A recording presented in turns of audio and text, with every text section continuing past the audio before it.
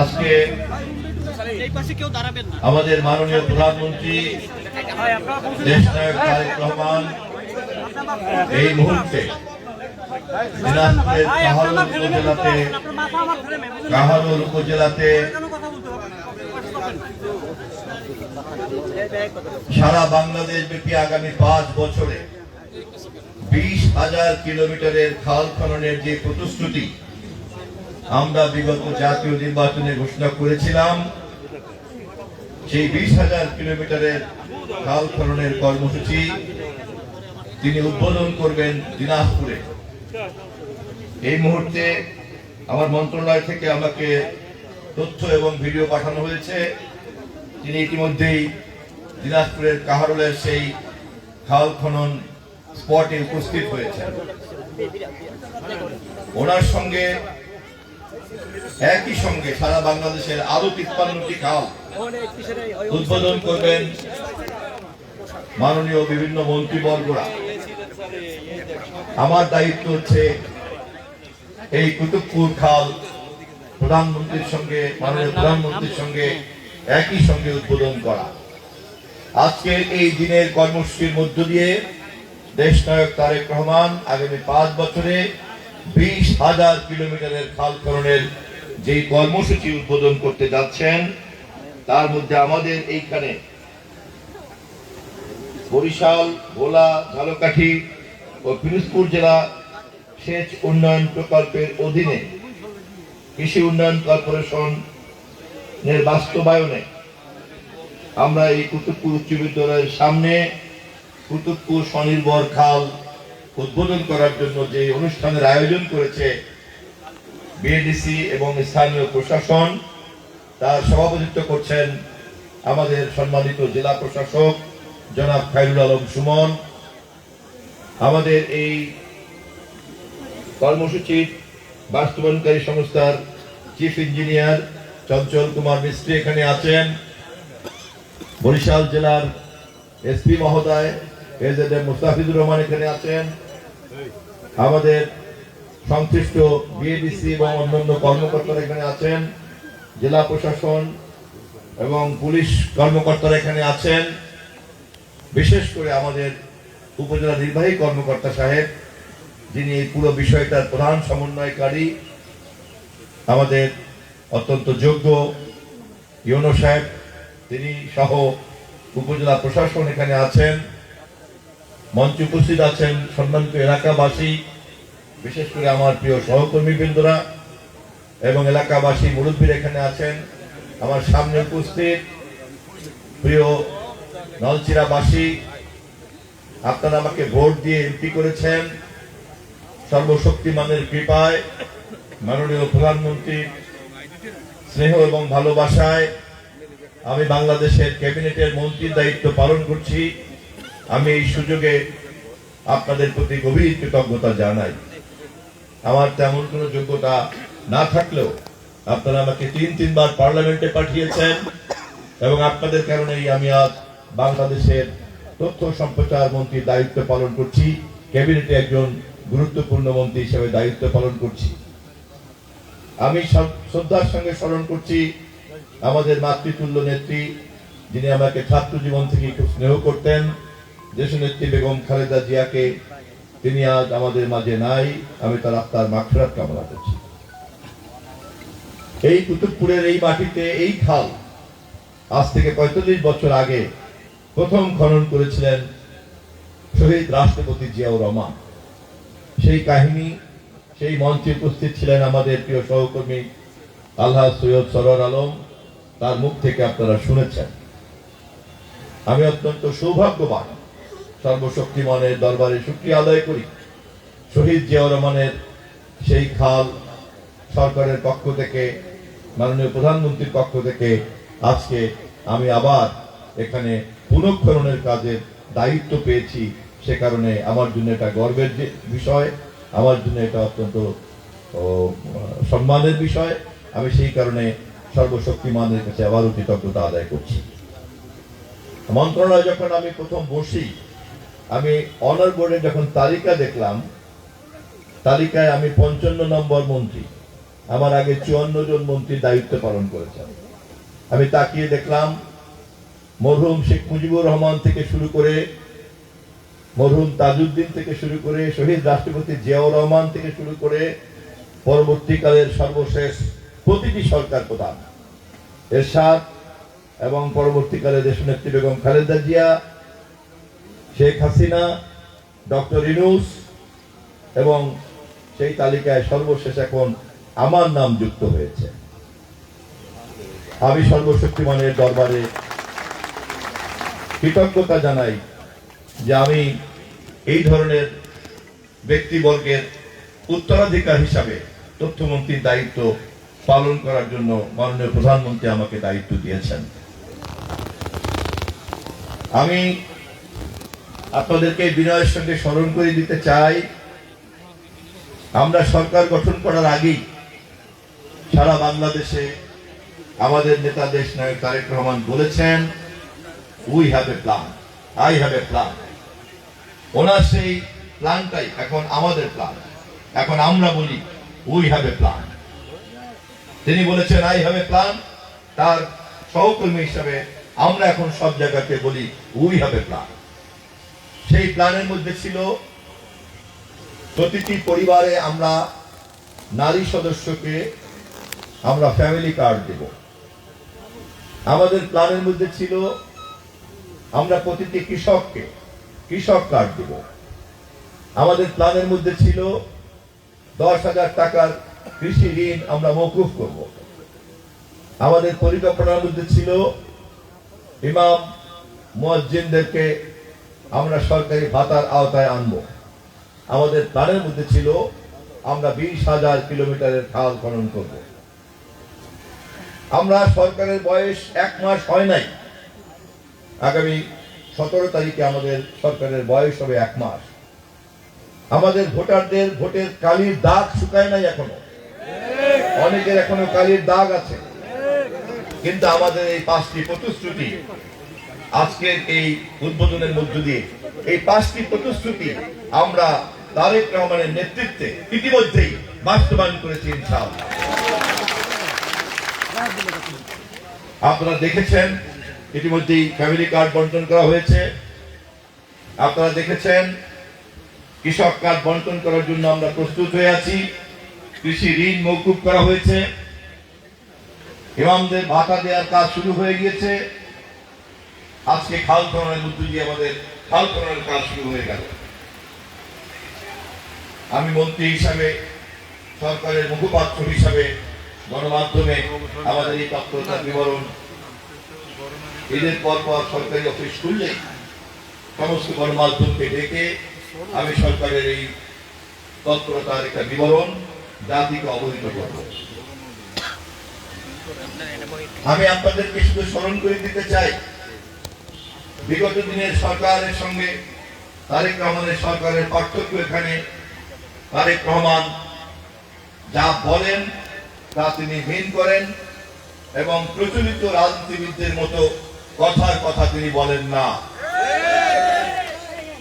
ইতিমধ্যে এই 5টি প্রতিশ্রুতিকে বাস্তবায়ন করার মধ্য দিয়ে তিনি তা প্রমাণ করেছেন।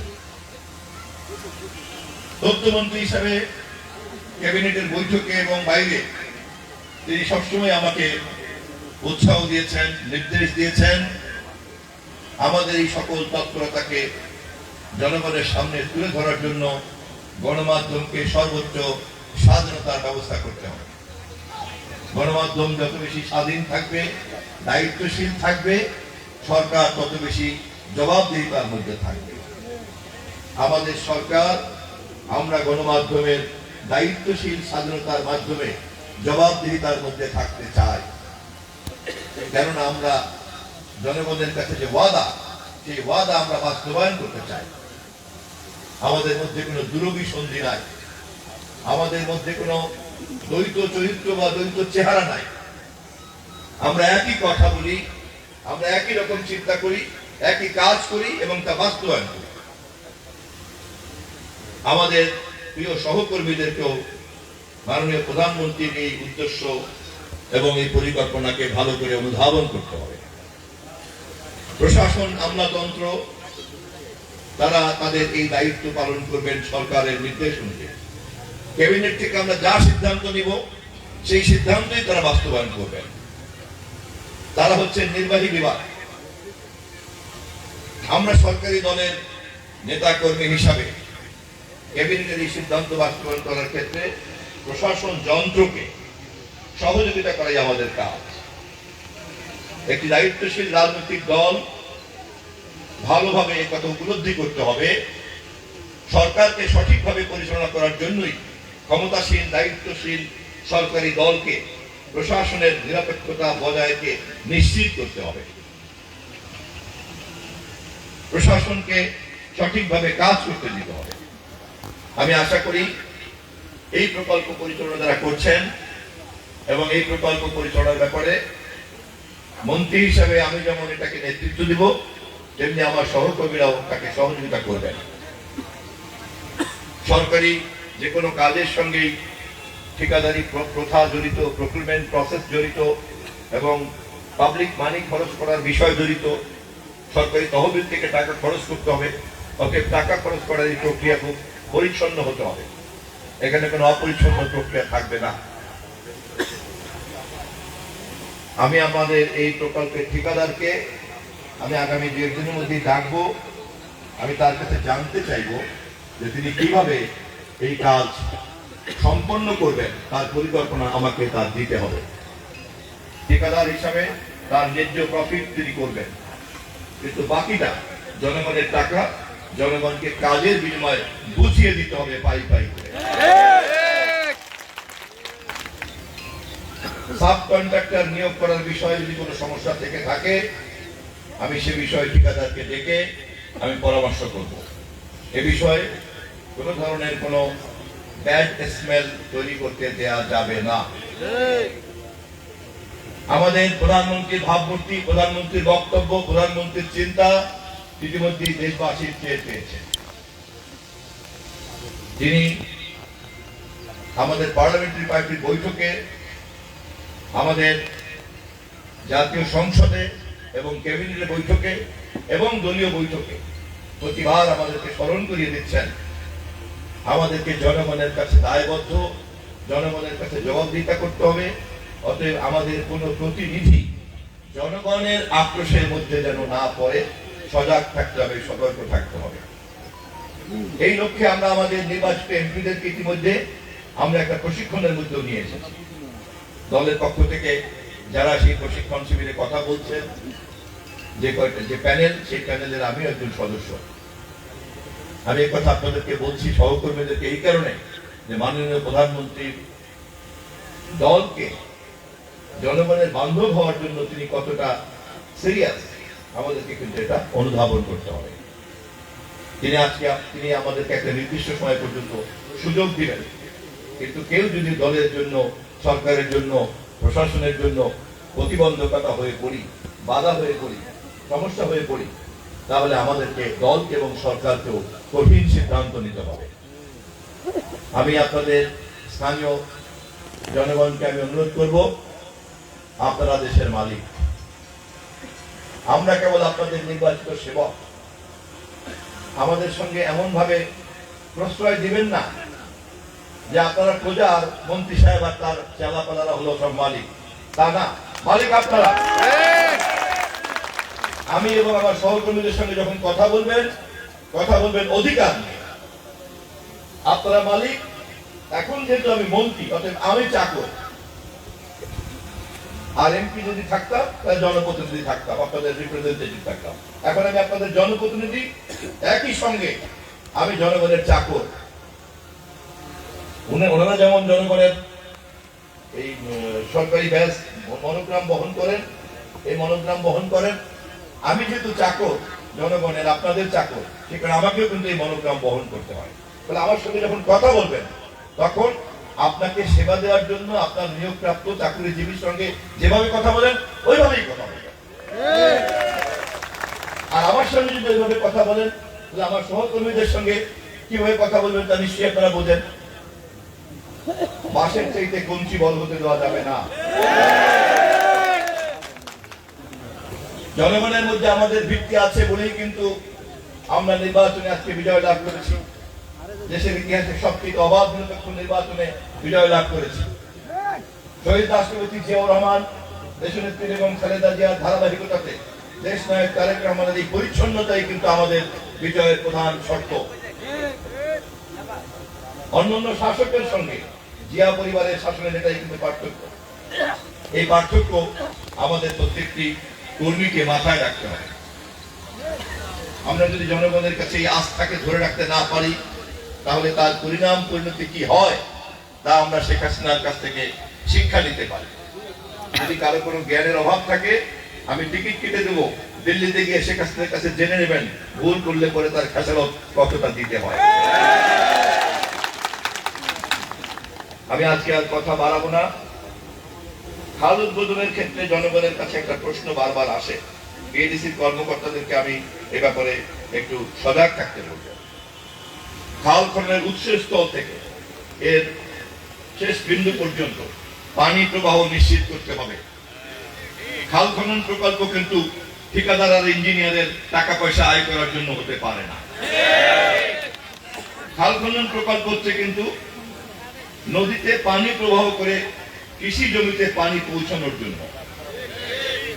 অতএব আমাদের মধ্যে যারা আমরা অসৎ ঠিকাদার আছি এবং অসৎ প্রকৌশলী আছি, আমরা যেন কোনো সিন্ডিকেট তৈরি করে খাল খননের নামে সরকারি টাকা চুরি করার প্রকল্প কিন্তু তৈরি করতে দেওয়া যাবে না।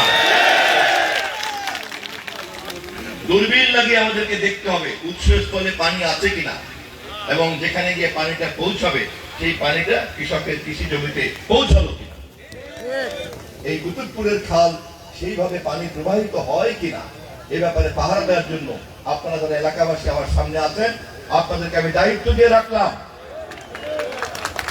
আপনারা তদারকি করবেন।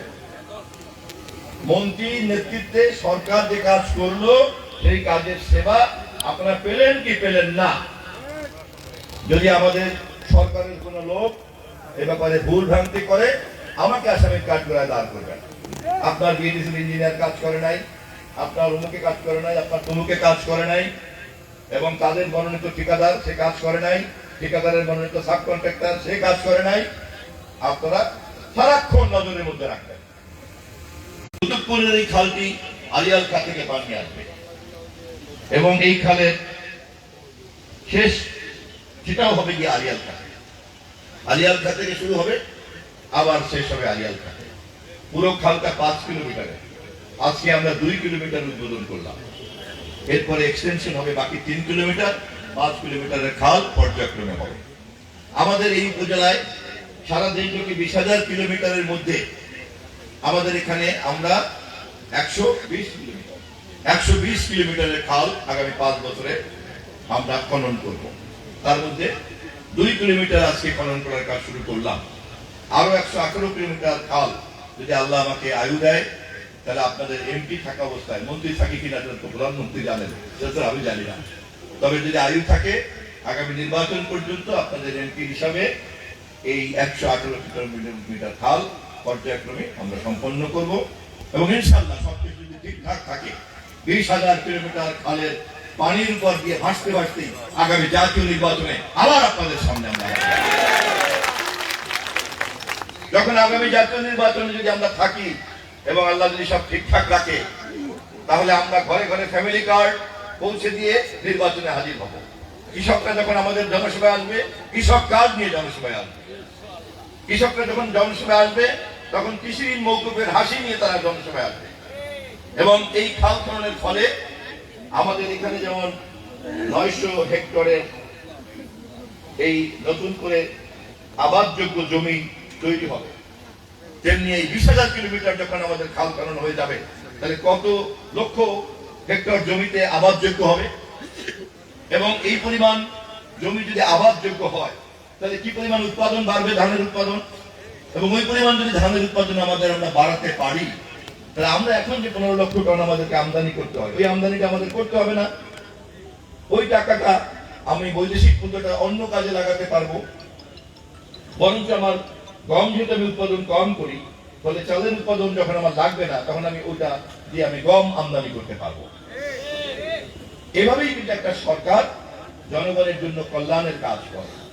আমি আমার বক্তব্য আজকে আর বাড়াবো না।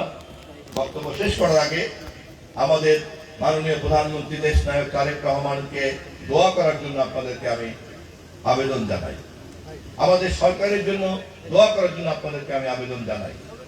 আমাদের প্রধানমন্ত্রীর যে পরিকল্পনা আছে তা যদি আমরা আগামী 5 বছর যাবৎ আপনাদের দোয়া এবং সহযোগিতায় সঠিকভাবে বাস্তবায়ন করতে পারি, বাংলাদেশের ভাগ্য পরিবর্তনের এক নতুন দিগন্ত উন্মোচিত হবে ইনশাআল্লাহ।